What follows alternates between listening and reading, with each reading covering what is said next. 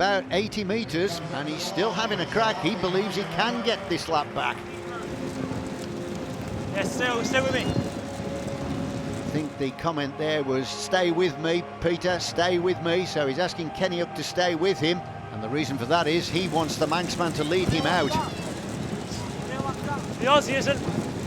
Leave him, it's okay. I think that comment then from Rowe was the concern about the Australian, Scott Law. I mentioned earlier in the commentary, he's the national champion. Look, he's second wheel at the moment, and he must be licking his lips at the development here.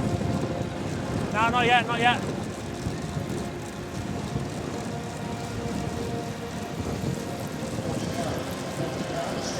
Stay on me, let it go. No, it's right, it's right.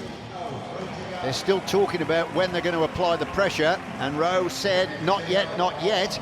But the man that's whipping up the pace on the front at the moment is the Welshman, Sam Harrison, and you can see the leading contenders who've gained that lap are just a little bit further behind. There's the Australian on the left of our screen looking down at the two riders from Sky.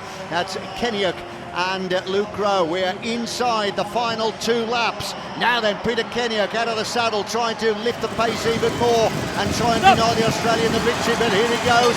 Scott Law has gone. He's already opened a length and a half advantage, and he's pedalling speed here. He's sending him further and further away. That's the shot off the front of Rowe's bike, and it's not the shot he wanted because he knows he can't get on terms. Over the line, victory for Scott Law, the Australian, from Wim Strottinger, the Dutchman, and Luke Rowe coming in for third.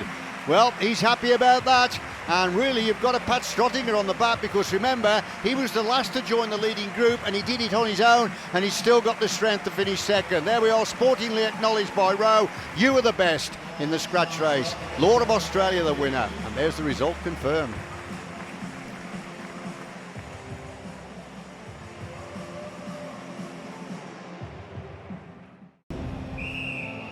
The sellout crowd are enjoying the action here at the Manchester Velodrome, and now it's the start of the men's scratch race.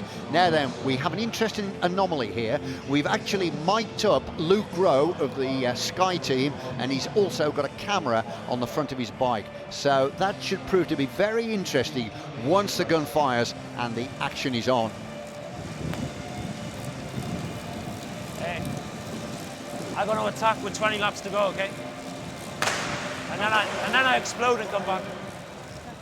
So just let me go and then I come back.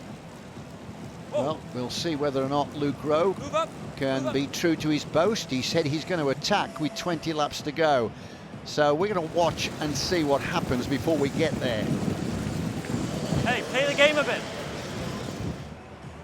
And now on the front, it's his teammate, Peter Kenyock. So Kenyock is looking after the interests of Rowe, keeping the tempo high and trying to prevent anybody else from attacking. You want to go? You want to go? You want to go? Well, they're slightly undecided. They're asking the question, do you want to go? Do you want to go? And at the moment, they're not going, but they're thinking about it. Riders from Scotland near the front as the whole field stay bunched together. Ed Clancy's in the wheels here, back from injury. There he is, right on the front. And Clancy, of course, is a very, very strong finisher.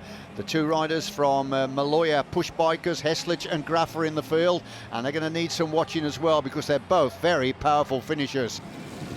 Remember, Luke Rowe has said he's going to have a go with 20 laps remaining. So they're still thinking about it. Hey, you want to hit it? You want to go? Well, he hasn't gone, but other riders have, although they're only just slightly off the front. That's one of the two from Maloya push bikers. And on the front now, it is Luke Rowe having a crack. So Luke Rowe has decided now is the time to ignite the burners and try and distance himself from the rest. But he immediately is being chased down by other strong riders as well. Scott Law, the Australian of Orica Green Edge, is there. He's the